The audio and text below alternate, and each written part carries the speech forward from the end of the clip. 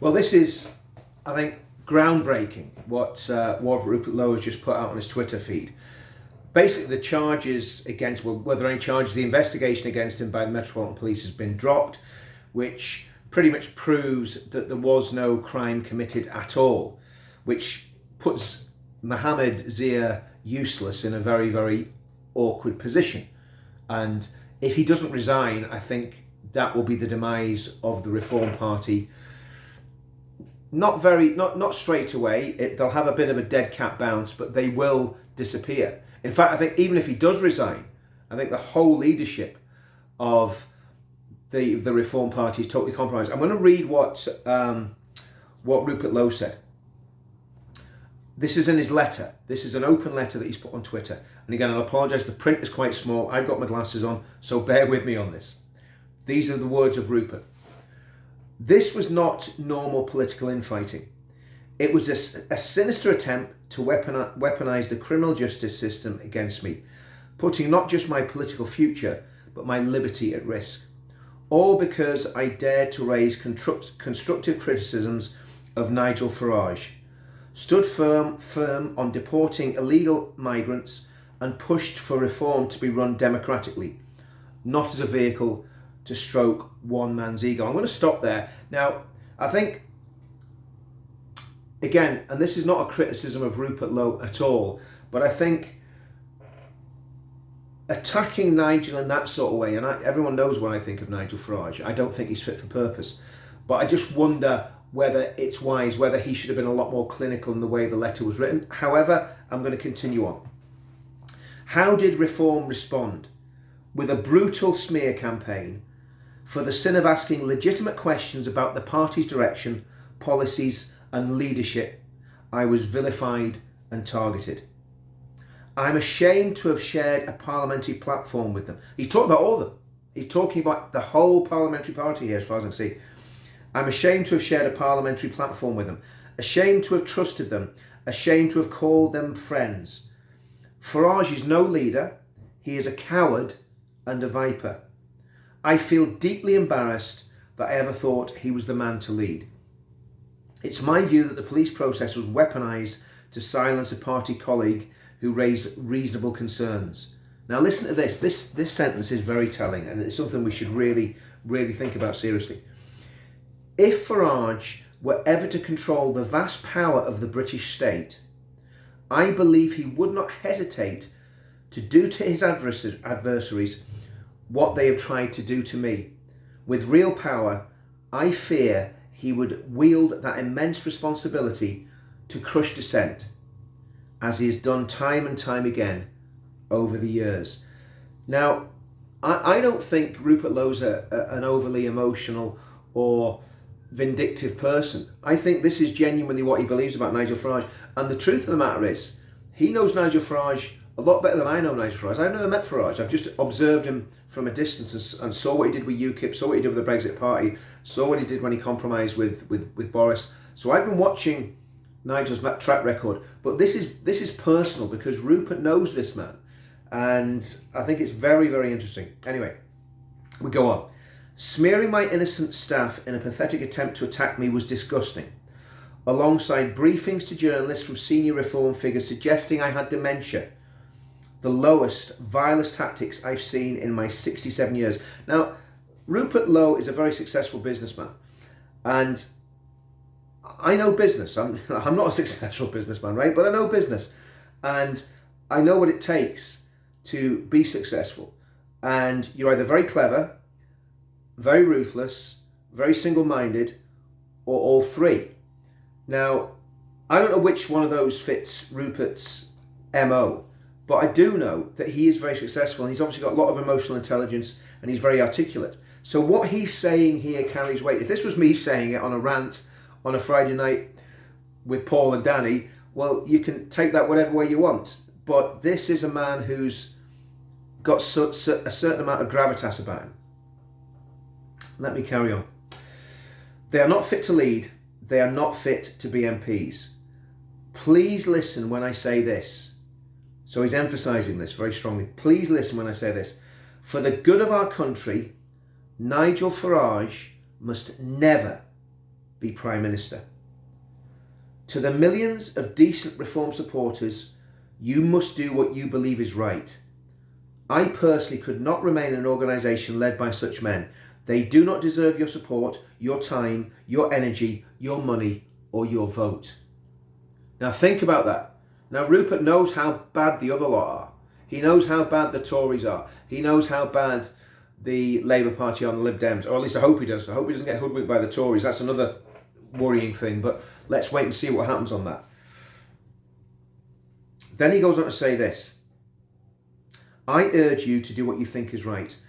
When the time soon comes, we will work together to advance a political movement that is credible, professional, decent, democratic, and honest. Now I'm going to put a marker there, a little bookmark at that point, and I'm going to come back to that. There will very soon be an alternative to the rotten leadership of reform. And to those of you who have supported me during this incredibly difficult period, thank you.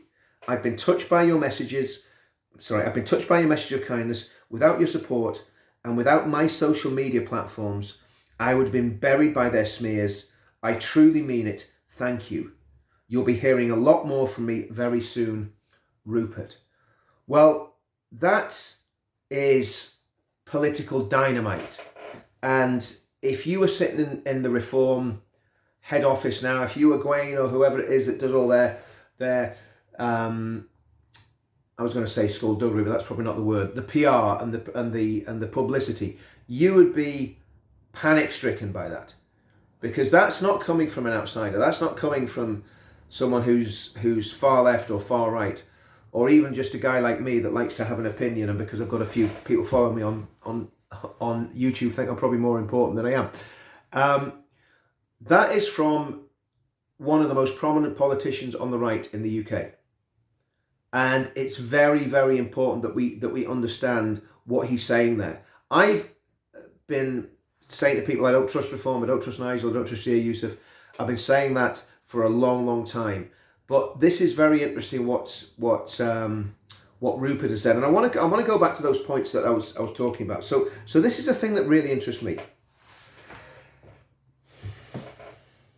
To the millions of Reform vote supporters, you must do what you believe is right. I personally could not remain in an organisation led by such men. Obviously talking about Yusuf and Nigel Farage. They do not deserve your support, your time, your money, your energy, or your vote. I urge you to do what you think right. When the time comes, we will work together to advance a political movement that is credible, professional, decent, democratic, and honest. There will very soon be an alternative to the rotten leadership of Reform. So what does that actually mean? What's he saying there? Well, I think it's very obvious what he's saying, that there is a new political movement afoot that is going to be there to challenge Reform. Now, as everybody knows, and I say it until I'm blue in the face, I am on the NEC of UKIP, and I've got friends that are in the SDP. I've got obviously loads of friends in UKIP. I've got friends in a lot of the other smaller parties. But my point is, there does need to be a coming together to challenge the narrative that Reform is the only alternative on the right. Because the more I see of Reform, the more I agree with everything that Rupert Lowe says there. And I've felt this for a long time. If you watched when I was doing stuff with Paul Thorpe and Danny, I was at it all the time. No, Reform's not the answer. Reform's not the answer. Reform's not the answer. And again, very reluctantly, I said, well, if you're stuck, vote Reform. And I shouldn't have done that before the last general election, because I was really going against what my conscience was saying and what I actually believed. So I apologise to everyone for that, for telling people to vote Reform before the election. But really, what option was there? Anyway, that's history. There's no point in talking about that. But here's where the rub is. What we're trying to do with UKIP cannot be ignored. And this is where I think, and it's a direct appeal to Ben actually, and to Rupert and to the people around Ben and Rupert. There needs to be, and I haven't spoke to UKIP on this either, so UKIP may not be happy with me saying this, right? So, but this is just me as a personal individual. To me, there needs to be some sort of meeting of minds of the SDP, UKIP, Reform, because the structure there in the SDP and in UKIP, and there's a lot of enthusiasm around UKIP in our movement, including me. But again, I'm not naive or stupid enough to think that as things stand, that UKIP could charge off and win the next general election in its current form. It can't. In fact, I don't think Reform can or will either when the time comes. I think things will be different because obviously this is not going to go away. So what needs to be built is some sort of coalition, whether it is a coalition of different parties coming together under a movement. And I keep going back to it. I keep thinking about the pledge and the importance of the pledge, because the pledge is the one thing that could unify all the people in our movement. Because Ben signed the pledge. As far as I know, the guys in UKIP, maybe it's a couple of dissenters, but most people think the pledge is a good idea. I was talking to a very prominent member of the SDP who signed the pledge. So the pledge could be the thing to bring everybody together. That's my opinion on it. But again, all I'm doing is putting my opinions out there. And we've got tens of thousands of people in the pledge, and we know exactly where they all live because we've got the postcodes. So the truth of all this is that the right is still in a state of flux. And yes, Rupert and Ben and a few others could go off on their own and pull everybody in that direction. But would that be the right thing to do? Would it not be better for lots of the different parties who do share the same things? I mean, obviously I'd have nothing to do with the genuine far righters. I've always said that, and people know which parties they are. I've named them till I'm blue in the face. But I'm thinking specifically of UKIP and the SDP and whatever Ben and Rupert are doing. And that's my appeal is should there be talks now? And maybe there are, and I don't know about them. Again, I've been very disengaged because of personal issues, but all I'm doing today is putting forward my thoughts on what's happening. To me, Reform's not fit for purpose. And 4 years is a very long time in politics, in the febrile atmosphere that we're living in. You know, there's so much going on. There's so much sinister stuff going on that is really, really not frightening, but really gives you pause to thought when you look at the demographic change, when you look at the aggression of certain demographics in pushing for their religion or their culture to be highlighted above the indigenous people and the indigenous culture of this country. And I'm talking about religious culture there, because obviously to me, everything, all culture comes out of religion. People say politics is downstream of culture. Culture is downstream of religion. So when we were going through the new atheist nonsense in the early 2000s with the four horsemen of the atheist apocalypse, that affected, that's one of the reasons we got all this woke nonsense. I mean, it was always there. It's been there since they used to call it political correctness in the 80s and 90s, but it's always been there, and it's been getting bigger and bigger. But with a direct challenge to religion and with a real fall away in religious belief in probably the past 20 years, that's had a massive impact on what's gone on in our culture. And then obviously what's gone on in our culture has moved into the political realm, along with the demographic change, because the demographic change is having a massive impact on Parliament.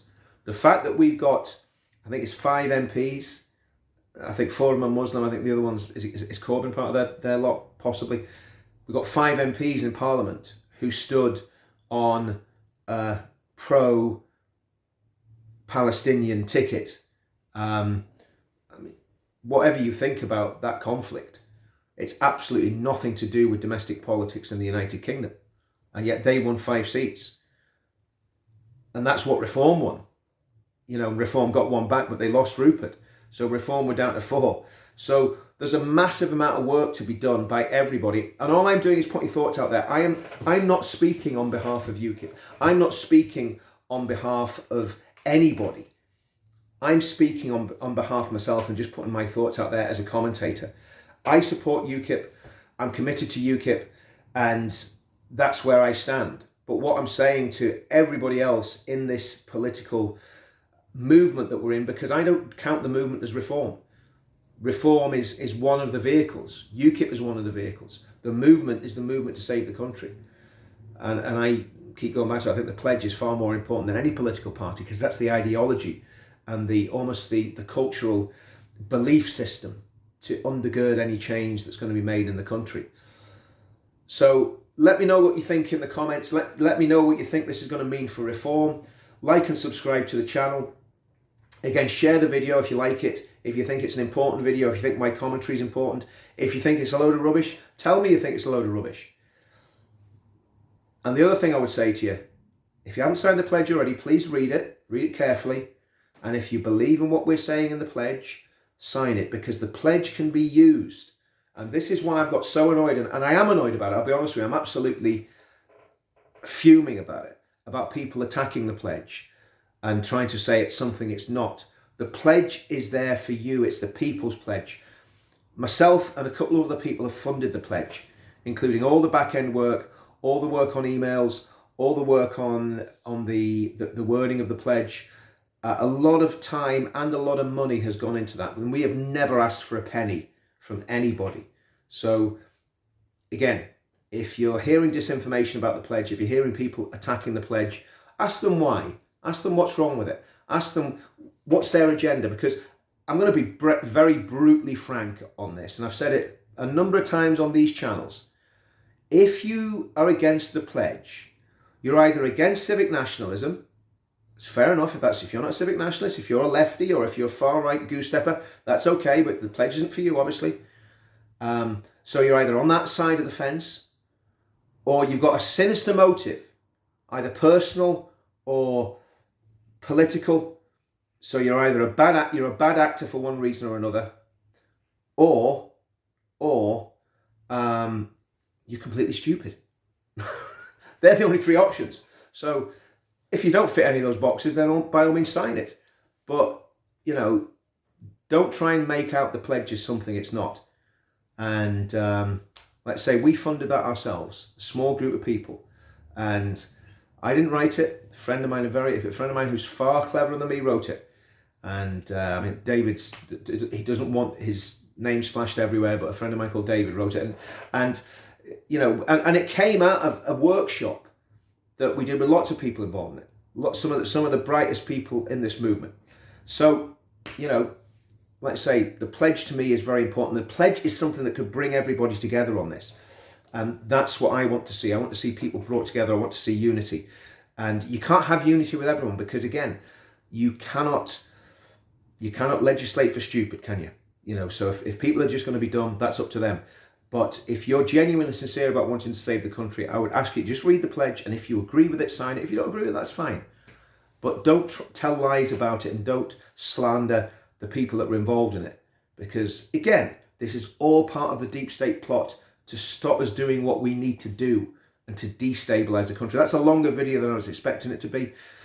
I hope you enjoyed it. Like I say, like and subscribe. Counter Media is the channel that I really want everybody to go on to, because what I'm trying to do with Counter Media is, as much as possible, give a positive voice. I'm going to be talking about the pledge. I'm going to be talking about faith. I'm going to be talking about politics. I'm going to be talking about news and current events. I'm going to try to keep it light. I'm going to have some great guests. And we had a great guy last night, Reverend Brett Murphy. Absolutely superb. He's got a church up there in Morecambe, and just a great guy. And he's fully supportive of the movement. And you know, we've had some great people on, and we're going to continue to do that, do these lives. So like and subscribe to Counter Media. That's a channel. And what I want to do with Counter Media, again, I want it to be, to a great extent, egalitarian. So I want lots of different voices on there.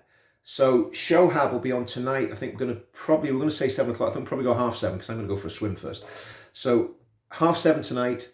Shohab will be on the channel and talking about his experiences with the police. And Shohab's a Muslim, and he is getting persecuted.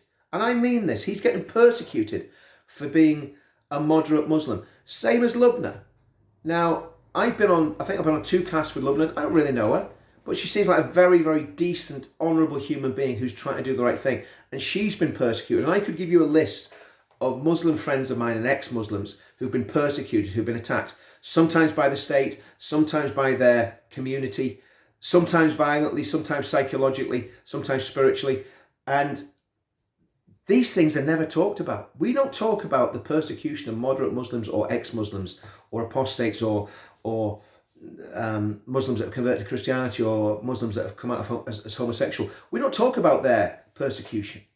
And it's real and it's happening. And again, you know, while we were sleeping, all this happened.